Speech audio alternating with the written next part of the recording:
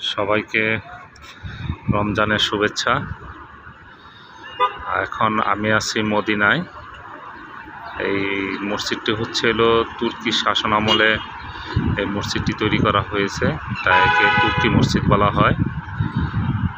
তো অনেক সুন্দর মসজিদ। এটা মদিনা হেরাম শরীফের খুব কাছেই অবস্থিত।